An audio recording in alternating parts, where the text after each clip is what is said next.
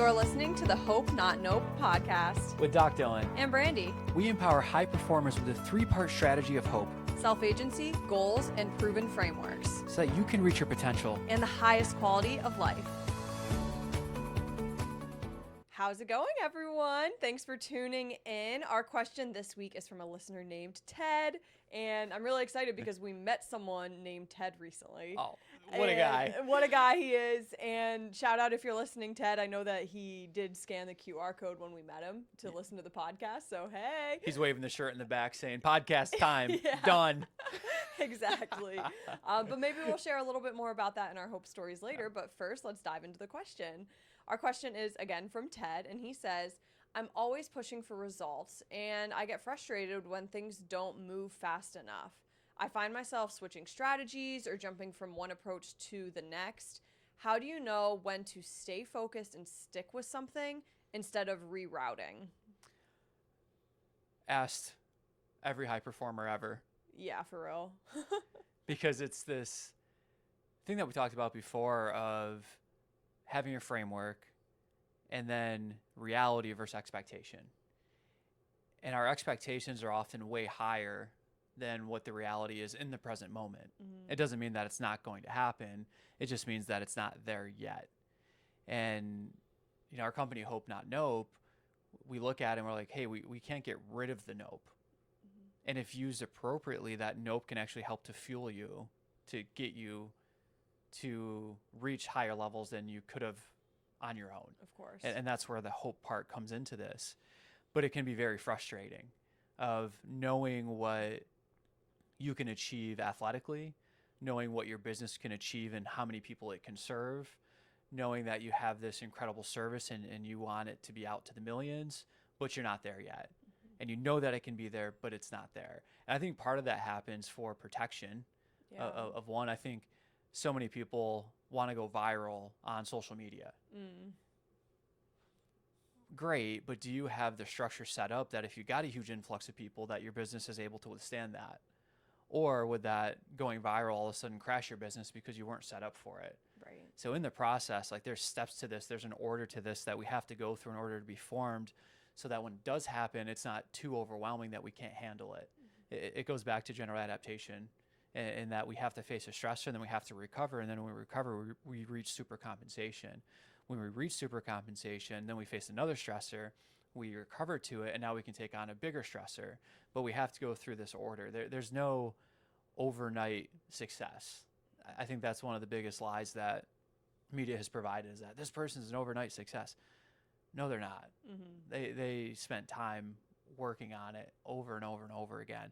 I think the one exception may be like that Rizzy kid, with like the face expression, right? Like maybe that, but that's not like a business or right, or someone that like goes viral. Like I think of like the Apparently kid back in the day, or like someone goes viral because of like a new segment, or like right now there's like the monkey that's trending, and it's like, okay, that's not really like overnight success. That's an entertainment or comedic or heartwarming story that will carry for a week or two, and then you probably won't think about it ever again. Right. It's not sustainable. Right. And if you want to be a true high performer, you have to have sustainability in order to do that. And I think the second part of the question, and then Brandy, I'll let you jump in with any follow-ups to any of that. Sure. But I think the follow-up was how do you know when to stay focused? Mm-hmm. And I just want to share an analogy that I use in a sports elective in a grad class that I teach. And it has to do with surfing.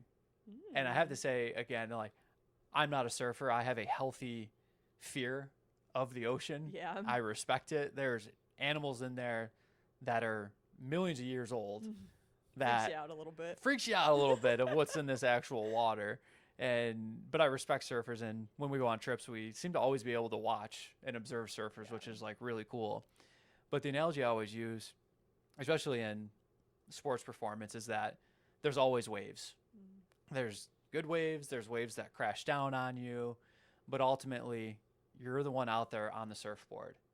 You get to decide which wave are you going to go on. You get to decide when you're going to get out of the water. You get to decide what wave you want to ride on. You get to decide what waves you're going to let go by. But all that comes up to you, and it has to depend on what your goal is for being out there in the first place. Now, some people, if you're out there and the waves are just crashing down on you and you've had enough, it might be time to get out of the water. Some people, it might be time to get out of the water for good and not come back. Some people, it might be time to get out of the water, go find a different body of water that they have more success in surfing. Some people, it might be get out of the water, reset yourself, come back another day when conditions are a little bit different, and then get back out there and see if the spark is still there.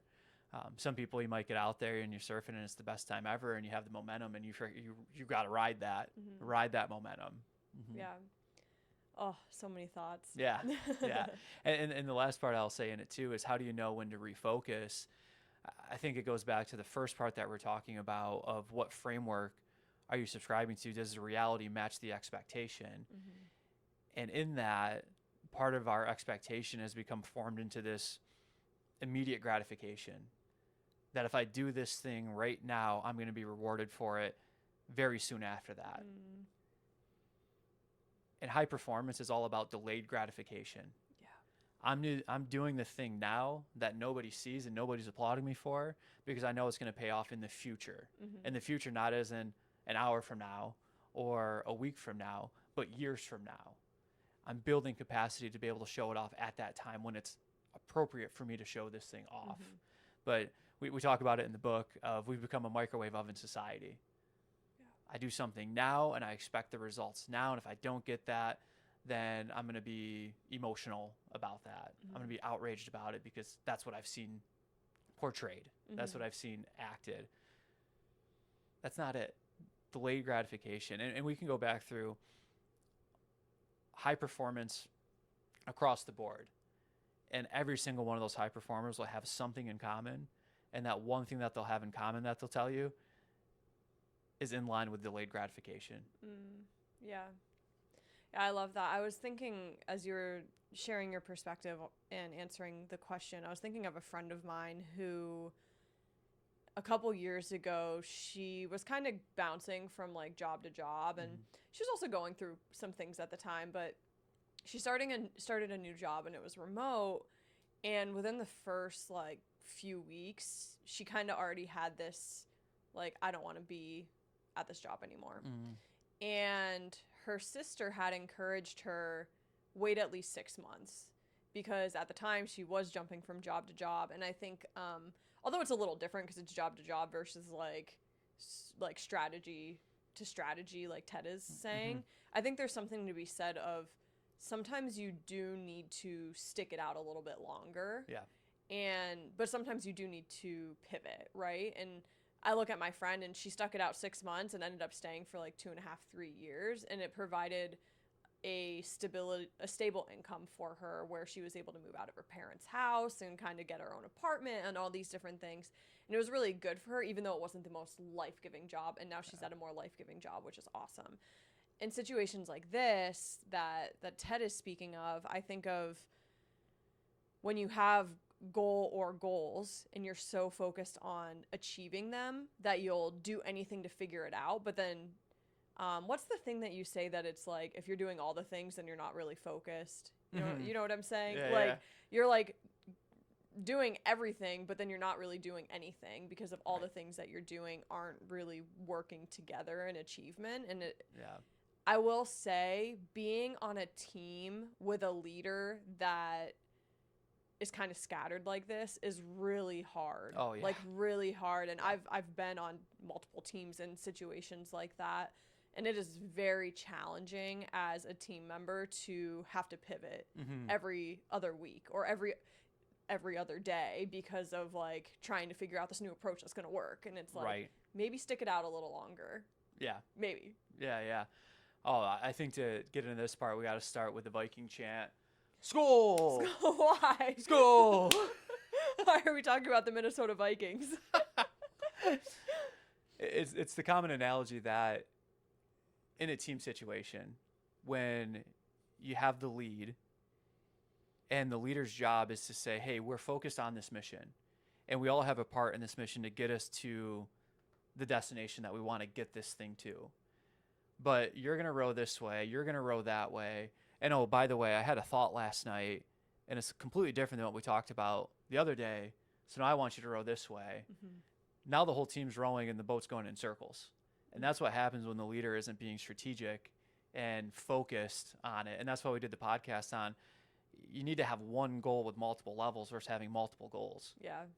Across the board. So the boat is the Vikings boat? Yeah, I was thinking of the Vikings, Okay. like beating the drum and the score. Gotcha. Yeah. So that's why that came in and got me fired up. And I thought a chant would be fun Naturally to throw into a podcast. Of course. So why not?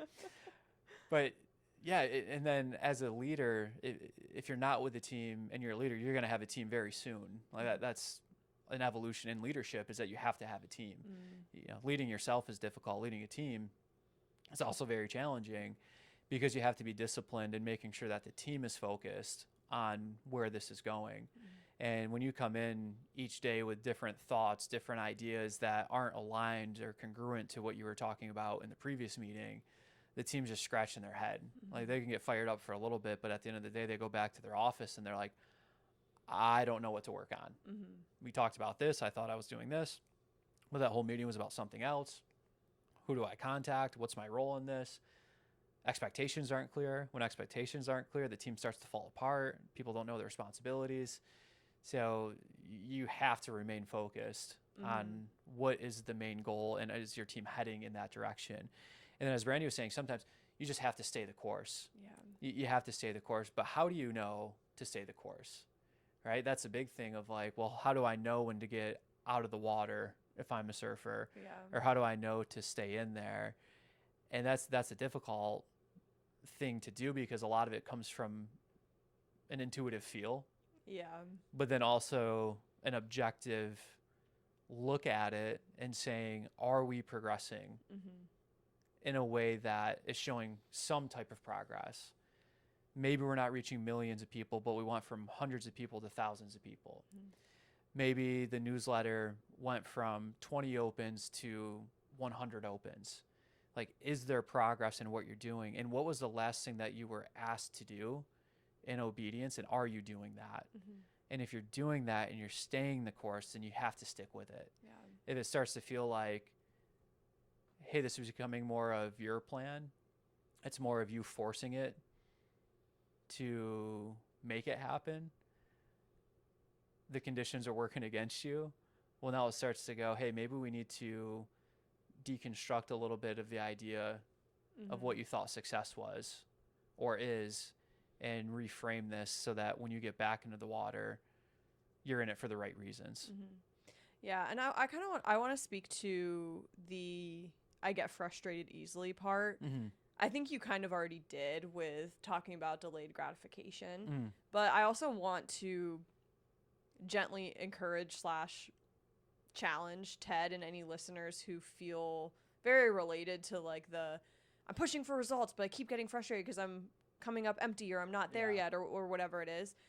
If you're getting frustrated, like, one, I empathize with you. Like, I know that feeling very well. However, if you're getting frustrated, I think that maybe you're taking it all a little too seriously and you need to take a step back.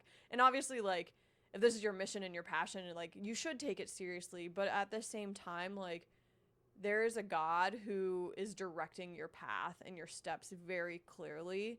And yes, you need to work and put in effort towards this thing. But at the same time, if you're constantly getting frustrated and feeling let down or rejected or like you're not enough, like, fueling that frustration is not going to get you anywhere. And so, like, take a step back.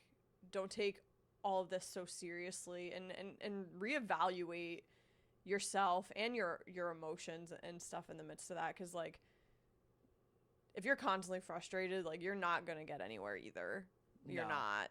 No, you're not going to make good decisions when the water's boiling. Right. And you can't see forward in it. You can't surf in boiling water. No, no. In crazy conditions, right, throwing you all over the place. Like, you got to take that back. And it's like when athletes have, like, the yips or the twisties, or they're in a slump in baseball. Of what do? We go, hey, do you remember why you wanted to play this to begin with?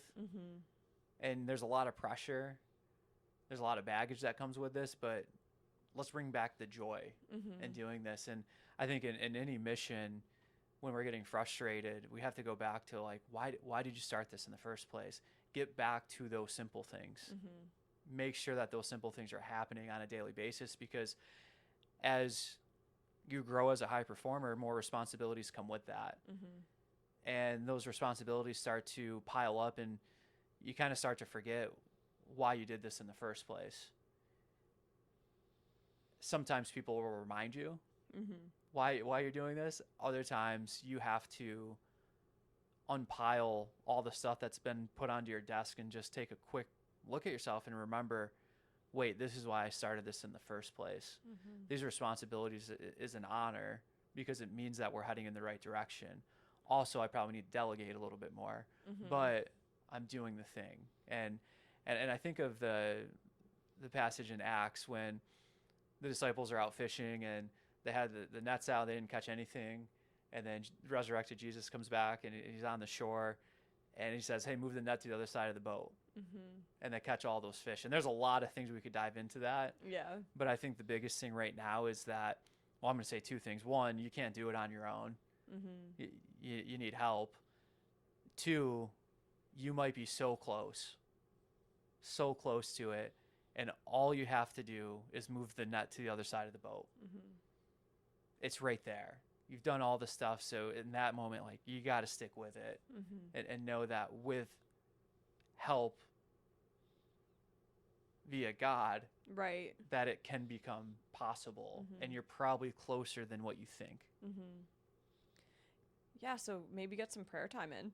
Yeah. You know, like, get some prayer time in, go back to what is God asking you to be obedient of right now. And if you're feeling like you're not hearing that, what was the last thing, Mhm. right? Like Dylan had mentioned earlier. And be obedient to that and really be present to that, because I think that that's going to help the frustration. Yeah. And the last thing Definitely. I'll put into this, because the jumping from one thing to the next thing, Yeah. I'm going to add two things into that. One, how does a bee make honey? They know to go to the flower to get the nectar, to come back and make the honey. Mm-hmm. If you're jumping strategy to strategy, and let's say that you're the bee, the busy bee, you eventually start to forget what you're doing in the first place. Yeah, is it a flower? Is it just grass? Is it just grass? Or is it garbage? Is it garbage? Like- Yeah. And then the second thing I would say is, if you ever navigated the train system in like a foreign country, which to some people a foreign country is New York City. Yeah. I'll raise my hand for that one. Yeah. But navigating a train or a subway system, and you start to feel like you're delayed. Mm-hmm. Like you have this route and it's going from A to B, and you feel like it's delayed. You feel like it's taking too long. So you go, you know what? I'm going to get off at the next stop and I'm going to get on a different train. And then I'm going to get on that train, and then I'm going to get off at another stop, get on this other train, and I'm going to bypass this delay that's happening. So you end up doing all this extra work. It becomes more frustrating. It becomes more energy sucking. And at the end of the day, you get to the same place that you would have been to if you just stayed the course, versus jumping off strategy to strategy to strategy to strategy, versus seeing the thing through that you were told to do in the first place. Mm-hmm. So I think that works for trains. I find with highways and cars, it's different, Mm-hmm. because you can get off on some back roads, Yeah. kind of slow down a little Right. bit and get to that place a little bit quicker. But again, it's easy to hop strategy to strategy, especially when there's so many strategies available. Mm-hmm. And we were at this coffee shop, and I opened up, I think it was like a learning Bible, Mm-hmm. and part of it said that we have access to endless information that's made us intellectually lazy. Mm, And I think that's so true. I think we just strategy hop yeah. because we didn't give this one strategy enough time. So we have to do the next thing because we're not getting the results that I was supposed to get yesterday. So I need the new strategy. No, you probably needed a strategy and you needed to see it through. Yeah. Not to dive into it, but it's almost like diet culture. How Yep. people like hop from diet culture to like one diet to the next, but they do it for maybe 4 to 6 weeks. But even a diet for 4 to 6 weeks isn't going to get you the result that you're really looking for. Like you need to stick it out for a long time, way Right. more than just 4 to 6 weeks. And it's the same thing with I don't want to get too much into diet culture, but it's the same thing with this question of like, Yeah. if you're hopping from strategy to strategy and you're only giving it a day, 2 days, 1 week, 2 weeks, like come on. Yeah. Like, that's not the solution. Guaranteed not solution. Yeah, I think it paints it beautifully because, right, healthy weight loss is 1 to 2 pounds per week. Mm-hmm. And it becomes a numbers game. And you add that up over time and you reach that goal. And you do it in a healthy way. You do it in a way in which your system can tolerate it. Right. And you develop the habits that make it sustainable. Versus jumping on a 6-week detox where you lose 40 pounds, but then you gain 80 of it back. Yeah. The next, because you just completely starved yourself, didn't eat anything. And so the last thing I'll say to that too is, if you're jumping to strategy or you're using a strategy, do your research and ask, where is this strategy coming from? Mm-hmm. Right? I think of the Liver King. Yeah. And when that whole thing oh my gosh, what happened, a scam. and how big of a scam it is. And the fact that people are like, I'm primal living. You're getting a liver supplement out of a plastic bottle that was delivered to your doorsteps in a box. Yeah. There's nothing primal No. about that. And oh yeah, by the way, the guy that was doing that was roided out, Right. like juiced up. Completely. It wasn't liver or a carnivore diet that led those results. He marketed that way, made millions of people believe that they needed liver supplements and needed to live this primal lifestyle. Yeah. Meanwhile, and then by the end of the documentary, he completely goes, "Nah, we need fresh produce." Like, I was starving myself. Sugars are great. Come to find out, you need carbs. you need carbs. You need carbs. So I think there's so many confident people on social media with headlines that are very attractive. Not in the sense of like the person's attractive, but what they're saying is attractive. It hits a pain point. You relate to that pain point. They have something that's going to give you an immediate solution that you've never heard of before. Boom, you're bought in. Mm-hmm. But come to find out, they're just lying Yeah. and pulling in a lot of money while they sit there and feed you more lies. So just make sure you know if you're following a strategy or if you are falling temptation to hopping strategy to strategy, that you understand where it's coming from and if there's any actual backing behind it. Mm-hmm.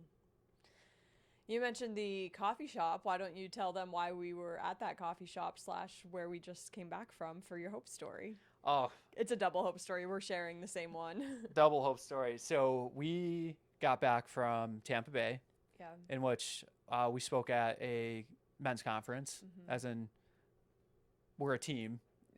Doc So- Dylan spoke at the men's conference, and I got to hang out at the booth and Set it all sell up some books. to the and- point that when we got there, one of the administrators goes, "Wow, Doc Dylan, you actually exist." I thought you were AI. I thought you were AI Brandy because I've did all talked the to work. Brandy the whole time. So I say we because it would not have happened without the legwork that Brandy did, not just squatting, but the actual setup, But lunges. but too. lunges too, but all the stuff to get it going. So when I say we, that's what I mean. Of course. And I wanted to say that because people, it's like, we spoke at a men's conference, like they're having women speak at men's Maybe. conferences. You never know. Maybe, but it's Not a a bad team idea. team effort in which we got to meet the crew that puts this on, and just amazing individuals. Like they are awesome. Talk about guys that had a vision, a mission, put it together, and this was their 16th annual conference. Yeah. 16 officially on the books. There's a couple pilot ones that have happened. Very grassroots, like didn't know the proper channels to go, but just were like, hey, let's get this going. Let's get this going. You And know. stayed obedient, have followed the course, are staying the course, and are just a prime example. Had nearly 600 men. at Right. This year's, like, it was awesome. It's a prime example of doing the work, staying the course, being obedient, learning what works, learning what doesn't work, Yeah. deciding how long you want to stay in it, but building it so that there has to be sustainability. Yeah, and that with there's it. a team around you. Like, it wasn't just like one or two guys. Like, there was a dinner the night before the conference with the team and their wives, and their whole team wasn't even there, and the room was filled with like 20 different men who volunteer all year to put on a conference from 7 a.m. to 3 p.m. one day a year, but Yeah. they're volunteering all year to like help make it happen. And that just shows great teamwork, great leadership, and great I guess teamwork is togetherness, but Yeah. they were awesome. I mean, talk about delayed gratification. day after the conference, one day off, the next day they're back working at it again for the next year. They work a whole year before they get to see the fruits of this conference. Yeah. Like, that's incredible. I have another hope story from that, but I'm going to save that for the next episode. All right. So make sure you tune into our next episode because you'll get to hear another fun little hope story from our recent trip to Florida. Absolutely. And speaking about waves, we did go jet skiing and the waves were super choppy. We probably swallowed about 4 gallons, 4 to 5 salt gallons water. of salt water. We're almost puking salt water at the end of it. We had to take a break. And Brandy's like, I need a break from holding on to this jet ski because I feel like I'm about to fall off because there's 4-foot waves. Yeah, 4 or 5 foot waves. Like in Tampa Bay. We thought Tampa Bay would be like safer than like the Gulf. Yeah. And it was just so windy that day that the waves were huge. We saw a boat go by that I thought was gonna like capsize, and then I'm like, if that boat goes over, we're gonna go over. It was so much fun, but also very wild. Very, very intimidating. We got back and I asked the jet ski instructor, I'm like, hey, do you typically like take people out when it's like that? And the jet ski instructor goes, I typically don't go out when it's like that. I've never been out like that. Like, oh, that helps us feel safe. Thank you. Glad we're on land now. Yeah. Yeah, good way to bring back in the surfing analogy with waves. Yeah, of course. Yes. Well, thank you for listening. Have a great week, and remember, high performance isn't just about using the strategy of hope, it's about becoming hope. Thank you for listening to the Hope Not Nope podcast. Please subscribe and share this episode. This podcast is for educational and personal development purposes only and is not considered health or medical advice. For personalized support, connect with a Hope Coach at hopenotnope.org.